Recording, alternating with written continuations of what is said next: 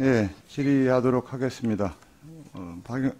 두 분 장관님, 예산 오늘 보니까 예산 돈 증액하시는 거 많으시네요. 보니까 돈 필요하신 것도 많으신 것 같아요. 보니까 근데 보니까 내용도 충분히 일리가 있는 것 같은데 또 막상 국정감사 때 보니까 효율적이지 않았던 예산들도 그런 것도 많이 느꼈습니다. 참 한 가지 말씀드리면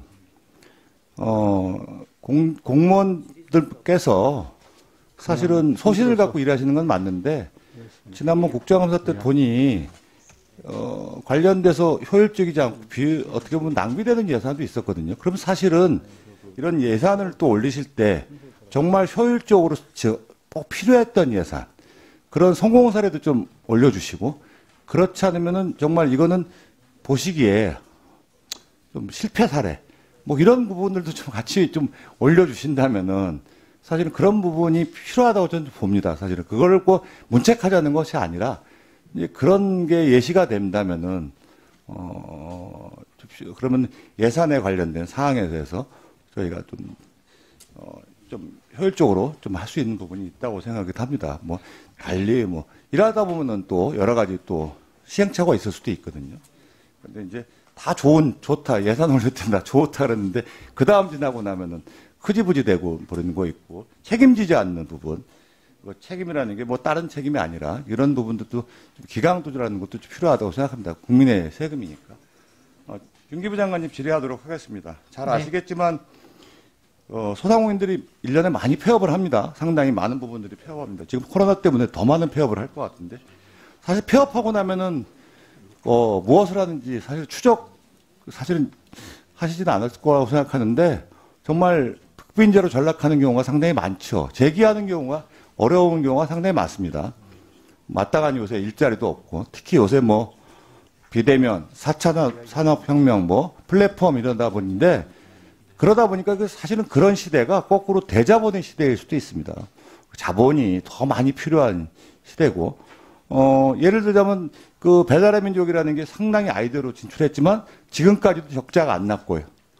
그러다 보니까 독일계 기업하고 같이 합쳐지는 이런 사례가 있습니다. 거꾸로 물류가 더 필요하고 이런 거를 보더라도 소상공인들은 그런 부분에 대해서 상당히 불리하고 근데 이제 소상공인들이 폐업을 하고 나면은 범정부 차원으로 보면 더 국가의 비용이 많이 들어갈 수 있습니다. 그래서 재취업할 수 있게 교육도 상당히 필요한데 근데 중기부에서 보면은 소진공이나 정말 좀 이게 효율적으로 대하지 않는 것 같다는 생각이 듭니다. 재기지원센터 같은 경우 보면은 너무 지금 물론 나름대로 노력을 하신다 그랬는데 인원도 별로 없고 그래서 이번에 그래서 예산을 좀 추가 개소해서 예산을 좀 증액해야 된다고 생각합니다. 그래서 본 의원이 보기에는 재기지원센터에 상담 인력이 너무 배치가 덜 됐고 효율적이지 않은 것 같아서 36곳에 대한 예산으로 72억 4,800만 원을 증액을 요청합니다. 좀 견해를 좀 자, 두 번째. 청년몰 관련된 부분은 제가 지금까지도 현재 질의하면서 고민이 좀 되고 있는데요. 청년몰 잘 아실 겁니다. 청년몰 사업이 휴폐업률, 부실한 사후 관리, 각종 문제점이 국정감사 때마다 단골처럼 지적되고 있는데 이게 근원적인 문제가 있습니다. 제가 직접 다 다녀봤습니다. 청년몰 사업단이 일명 떴다방 같은 먹튀라는 오명을 뒤집어 쓰고 있습니다. 파워포인트 좀 보시죠. 바로 청년몰 운영에 정권을 쥐고 있는 단장이 수원, 서울, 안산, 메뚜기처럼 이것저것 옮겨다니고 있습니다. 한 분이. 청년몰이 망해도 사업단장은 계속 다른 지역 가서 또다시 청년몰 단장을 하는 겁니다. 아무런 제재가 없습니다. 사업 수행 기간이 끝났는데도 다른 지역 단장을 또 맡는 거죠. 이 먹튀라는 부분을 봤습니다. 파워포인트 2번 보시죠. 파워포인트 2번. 다음 거. 네. 세 번째 것도 마찬가지입니다. 청년몰 조성사업과 문화관광형 시장 단장을 겸직하는 사례도 있습니다. 이 같이. 이렇게 겸직을 하고요. 이 사업단장들이 회전문식으로 계속 돌고 도는 겁니다. 이게. 그러니까 사업 지역적 특성을 전혀 살리지 못하는 거죠. 그 밥에 그 나물이라는 거죠.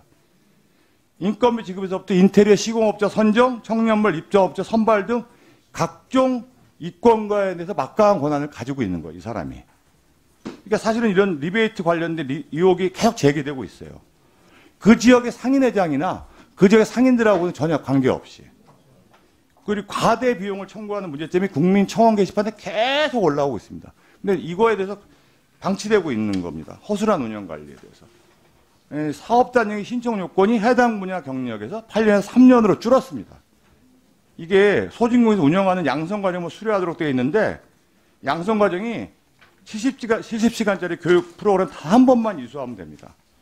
이게 말이 안 된다고 봅니다. 전문성이 전혀 없어요.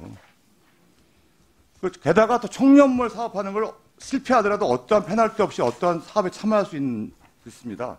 그러다 보니까 제가 가다 보니까 청년몰 현장을 가보니까요. 그 지역 상인들하고 전혀 교류가 안 돼요. 처음에 청년몰 들어온다면 그 시장 상인들이 되게 좋아하시더라고요. 젊은 분이 들어오는데 자기 사업도 잘 될 줄 알고. 근데 그분이 실패하더라도 다른 시장 가서 또 청년몰 또 운영하시고 인테리어 했다가 제가 보니까 청년몰 우리가 좋은 아이디어 있잖아요. 백종원 씨가 TV 나와서 청년몰 하면 성공 사례도 있고 뭐 참신한 아이디어도 있고 그렇게 봤는데 막상 현장에 가서 보니까 이 청년 이게 나쁜 이미지만 가져지는 거고 한켠이 되게 폐허처럼 전락해버리고 되게 낭비되더라고요. 보니까. 그래서 청년몰 사업이 106억 정도가 있는데 뭐 이거를 뭐 증액하거나 감액하거나 이런 문제가 아니라 적정성, 책임제 운영에 대해서 해서 오늘 장관님 말씀 듣고 이걸 새로 좀 계획을 좀 해야 된다. 사업의 전면적인. 이걸 견해를 좀 듣고 저도 좀 검토를 하고 저도 생각을 좀 해야 된다고 생각해서 장관님께 말씀드립니다. 답변 좀. 네, 먼저 폐업 관련 답변 드리도록 하겠습니다. 이 폐업 문제는 저희도 굉장히 심각하다고 생각하는데요. 두 가지 문제점이 있습니다. 하나는 폐업하시는 분들이 신고를 제때 안 하십니다. 그러니까 신고를 안 하시면 정부에서 지원하기가 못하는 거죠. 지원을. 그 문제가 하나 있고요. 두 번째는 이제 폐업과 관련된 예산을 증액하는 데 있어서 사업 예산만 그동안에 증액을 하고 실질적으로 지금 지적하신 재기지원센터와 관련된 인력 부분에 대한 지원이 그동안에 없었습니다. 그래서 이번에 이것을 증액을 해 주신다고 하면 이런 인력 부분과 관련된 부분도 같이 증액이 돼야 이게 제대로 지급이 될 수 있을 것 같습니다. 그래서 그것을 좀 말씀드리고 싶었고요. 두 번째 청년몰과 관련된 부분의 지적은 지금 존경하는 최승재 의원님께서 지적하신 부분에 거의 저도 동감하고 있고 저희가 이런 문제점이 있다는 것을 파악을 해서 많은 부분을 개선을 하긴 했습니다. 그래서 2017년도, 18년도에는 폐업률이 굉장히 높았는데 2019년도부터는 폐업률이 지금 확 떨어진 상태이고요. 거의 폐업한 것이 없습니다. 근데 이제 문제가 하나가 있는 것이 청년몰이 이게 지자체하고 5대5 매칭 사업입니다. 그러니까 지자체의 의견을 저희가 존중을 또 해야 하는 이제 이런 상황에서 약간 좀 절충점을 찾다 보니까 지금 이제 말씀하신 이런 부분들이 있는데 올해 예산은 작년에 133억에서 저희가 좀 줄여서 106억으로 지금 올렸습니다. 지금 지적하신 그런 부분들을 좀 불필요한 거를 걷어냈는데요.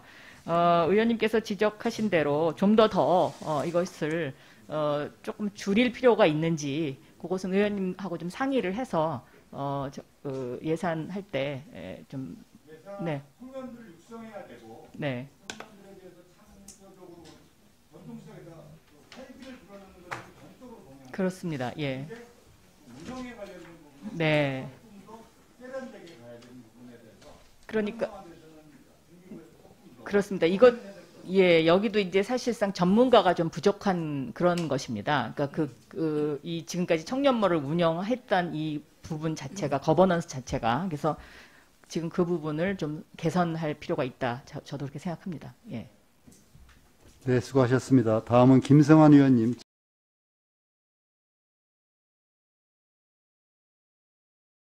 죄송합니다. 예.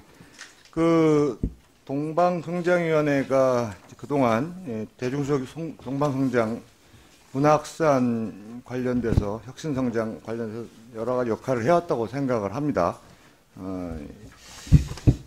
그래서 이 동방성장위원회가 다만 지금까지 지수평가 대상인 대기업으로부터 운영비를 좀 받았다 보니까 이해관계자로부터 여러 가지 문제점이 상존된 것이 사실인 것 같습니다. 그래서 이게 적합업종 규제 대상인 운영비를 받는 것이 상당히 부정적인 부분이 있습니다. 그래서 이번에 운영비에 관련된 부분에서 예산을 좀 증액하는 부분이 있습니다. 그래서 20억 원으로 12억 원이 있는데 20억 원으로 증액하는 것에 대해서 장관님 생각이 어떠신지 여쭤보고요. 다만 이제 그 부분에 대해서 대기업이 관련된 부분이 이해관계자가 상충되는 부분이 있어서 지금 동방선제위원회에 대기업들이 이제 사장님들이 참여하시는데 마찬가지로 이제 중소기업자들도 거기에 보면 대기업의 하청 관련된 부분들이 또 위원들이 참여하는 부분들이 계시더라고요. 또 있어서 그 부분에 대해서 한번 좀 검토를 한번 해주시고 또 일부 또 교수님들도 대기업의 사회이사로도 참여하는 분들이 있습니다. 물론 이제 다 이러면은 누구를 뽑느냐 이렇게 생각할 수도 있겠지만 그래도 기왕이면 앞으로 예산이 좀 늘어나고 동방선제위의 성격을 재정립할 필요가 있다라는 생각에서는 그런 부분에서 면밀하게 좀 검토를 해주실 필요가 있다. 예산이 지금 많지는 않겠지만 앞으로 동방선제위원회의 민간 성격으로서 상당히 주도 면밀하게 평가지수도 평가하셔야 되고 그런 부분에서 좀 생각하시고 예산 증액하는 부분에서 앞으로 확대되는 부분에서도 장관님 견해를 좀 말씀해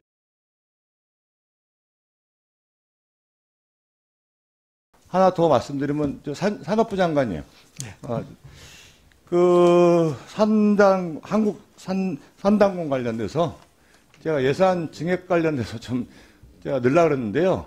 다른 건 아니고요. 안전 관련돼서 저번에 뭐 여러 가지 지적을 했는데 산당공이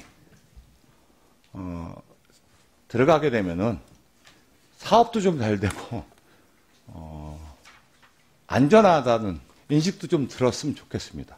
사실은 여러 가지 사업에서 좀 뭐 부실하다 지금 사람들이 좀 hoạt 동률이 저조하다라는 이런 얘기는 논외로 치고라도 최소한 그런 부분이 좀 부각된다면은 부실도 좀 줄지 않을까 하는 기대도 좀 있습니다. 사실은.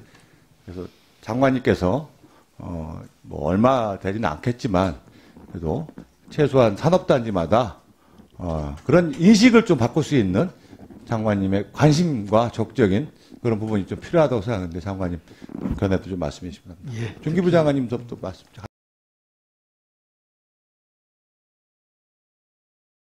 말씀 주신 것처럼 네. 이 안전은 뭐 산업단지뿐만 아니라 우리 경제 또 산업의 가장 중요한 이슈입니다. 특히 우리 산업단지는 이 관련 기업들이 모여 있기 때문에 안전이 보다 강화될 수 있도록 이번에 뭐 저희들이 조금 뭐 편성을 했습니다만은 과연 그것이 더 얼마큼 더 확대돼야 되는지 아니면 또 얼마큼 체계적으로 돼야 되는지 지속적으로 팔로우업을 해보겠습니다. 네. 네, 동반성장위원회는 지금 말씀하신 것처럼 올해 처음으로 신규로 예산이 들어간 부분입니다. 그래서 이것을 증액해 주신다고 하니까 저희는 굉장히 감사하게 생각하고 있습니다. 그리고 두 번째 이 연관 질문의 내용은 여기에 사회이사 부분을 좀 더 이렇게 좀 관련자들로 하는 게 좋겠다 이런 의견이신 건지요?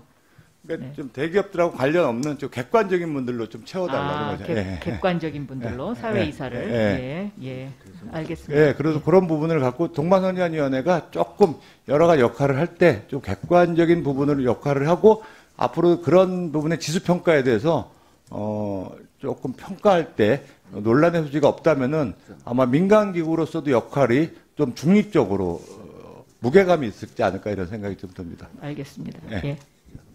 네, 수고하셨습니다. 다음은 이소영 의원님 질의해 주시기 바랍니다.